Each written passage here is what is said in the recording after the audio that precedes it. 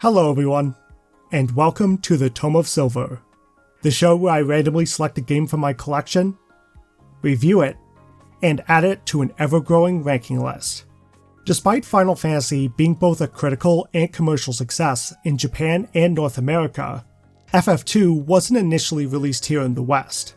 When it debuted on the NES in 1987, it was only available in Japan. Although a port was initially planned, it ultimately fell through due to timing conflicts. It took several years, but we did eventually receive a translated version of FF2, which appeared on the PlayStation as part of the Final Fantasy Origins compilation in 2003.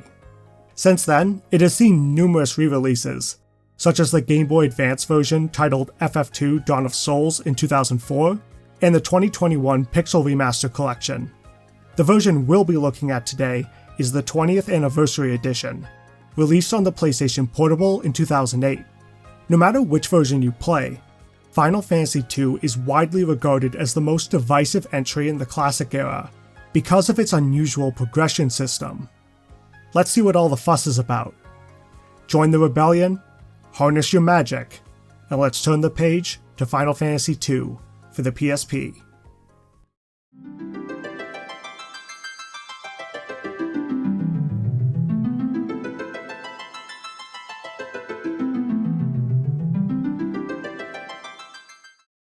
The ruler of the kingdom Palamecia, referred to only as the Emperor, has launched a terrifying campaign to conquer the world, using his extraordinary magic to summon forth the creatures of hell.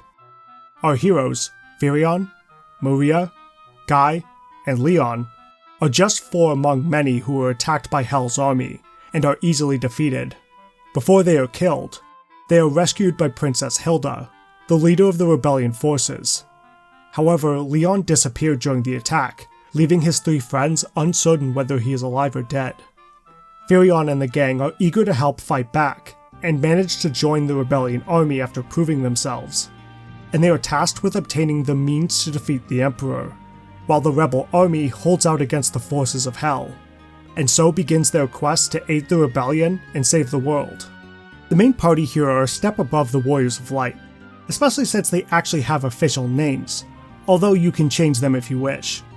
None of them are particularly complex, nor do they receive much character development throughout the story, but I'm willing to cut it some slack since this was still in the early years of stories gaining more focus in games. The most you can tell is that Firion doesn't seem particularly skilled with women, and Guy can speak Beaver.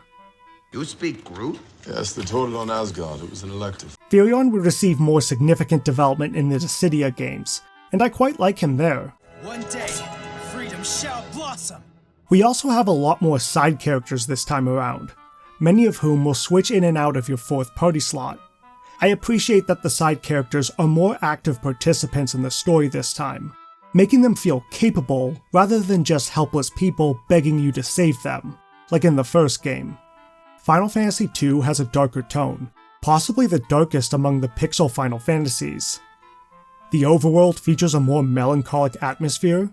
The death toll throughout the game is enormous due to the Emperor's acts of genocide, and a surprisingly high number of named characters are killed off during the story. Even after the world is saved, everything remains in such ruins that it's hard to feel hopeful about the survivors' futures. Though that doesn't stop them from doing the cha-cha slide at the Emperor's defeat. The real highlight of Final Fantasy II, though, is its villain, the Emperor. He's seriously underrated in the pantheon of Final Fantasy villains, and a significant upgrade from Garland and the Archfiends. And before anyone asks, no, I'm not going to make the same joke about the Emperor's appearance that everyone else does. The joke is tired, and it's run its course.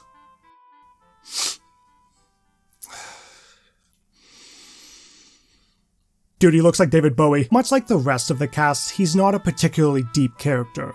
He's evil for the sake of being evil, and wants to take over the world simply because he can. There's not a whole lot to him. But what makes him so memorable is his presence and actions throughout the story. They do an excellent job of making the Emperor an absolute bastard, someone the player genuinely wants to take down. He summons demons from hell, poisons cities, kills every dragon and dragoon warrior, and he obliterates entire towns once the resistance pisses him off. This guy is completely abhorrent. And if that's not enough, after you finally take the fight to him and slay the mad despot, he then goes on to conquer hell, dethrone Satan, and then come back to life to continue his conquest. Later ports add to this by mentioning that when he died, his soul was split in two, so while one half of him conquered hell, the other went to heaven and dethroned God. What a fucking badass! You know what? I'm throwing down the gauntlet. The Emperor is better than Sephiroth. Yeah, that's right, I said it. Your boos mean nothing. I've seen what makes you cheer. Rejoice to kneel before me. Most players probably won't be impressed with 2's story, primarily due to its flat characters, but it's important to remember this story was first on the NES. The level of storytelling it achieved in such an early stage of gaming is genuinely impressive, and it absolutely deserves recognition for that.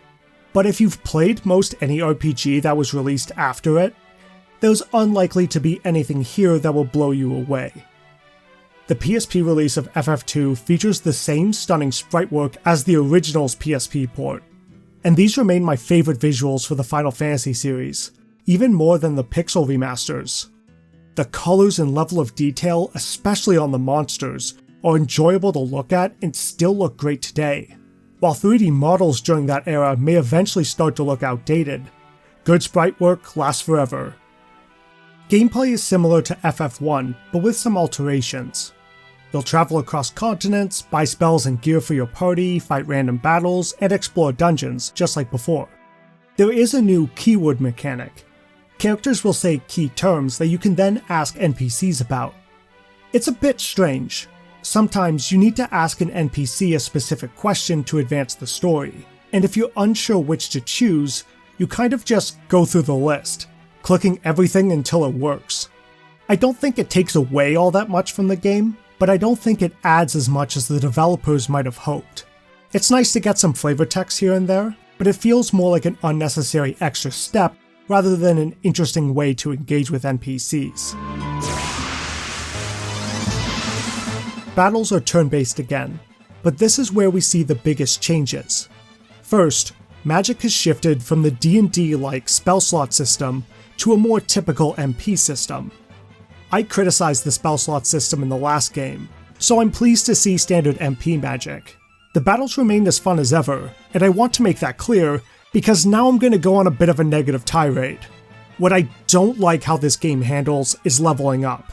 As many of you already know, a large majority of RPGs have your characters gain experience after each battle, and when you level up, you get a boost to that character's stats across the board.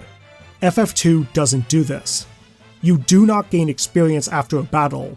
Instead, each stat must be raised individually, by using or achieving something related to that stat. For example, strength is increased by attacking, defense is increased by getting hit, evasion goes up when a character is targeted by an attack, and agility is improved whenever a character misses an attack aimed at you, to name a few. Some people enjoy this, because they can specifically min-max each character and raise their stats how they want. As a result, any character can perform any role. Guy is naturally the best attacker when you start the game, but by having him focus on using magic in battle, you can make him the black mage of the party. However, I don't enjoy this system and think it's a poor replacement for standard level ups. First, I dislike the randomness involved in increasing each stat. There are some aspects you can control, like your character attacking with a weapon or casting spells. However, other elements are beyond your influence, such as whether an enemy targets a specific unit you want to develop, or whether that character will dodge to increase their agility. Ultimately, dividing each stat only makes players grind more battles, which is repetitive, boring, and just prolongs the game. The worst example of this is with spells. Your spells each have a certain level, and every time it goes up, the spell becomes more effective, but with a higher MP cost. Fair enough, but your spells don't level up at the same time. Each spell needs to be leveled up individually.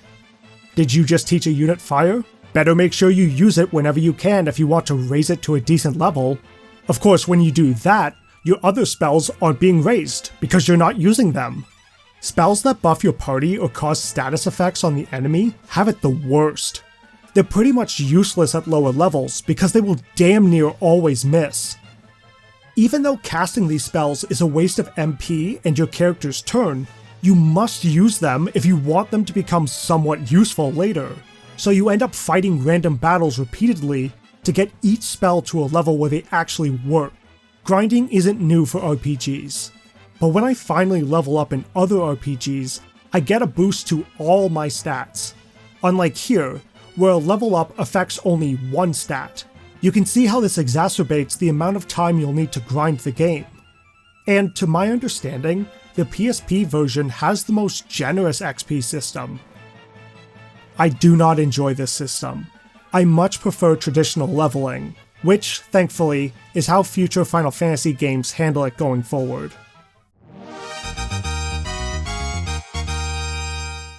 I didn't particularly enjoy the dungeons this time either.